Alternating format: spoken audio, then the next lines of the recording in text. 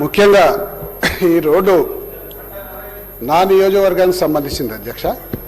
ప్రశ్న చేసింది మాత్రం వేరే శాసనసభ్యులు వేసింది, అయినా నా నియోజకవర్గానికి సంబంధించింది కాబట్టి నాకు అవకాశం ఇచ్చినందుకు ప్రత్యేకంగా ధన్యవాదాలు తెలుపుకుంటూ, ముఖ్యంగా హైదరాబాద్లో నిజంగా ఇప్పుడు దాకా ట్రాఫిక్ గురించి చాలా చర్చలు జరిగినాయి అధ్యక్ష. అందులో భాగంగానే ఈ రోడ్డు కూడా విజయవాడ పోయే రహదారిలో ఉన్నది కాబట్టి మరి ట్రాఫిక్ ఈజీ అయ్యే ప్రక్రియలో మరి ఇది కూడా చాలా మా ప్రాంత ప్రజలకు బాగా ఉపయోగపడుతుంది.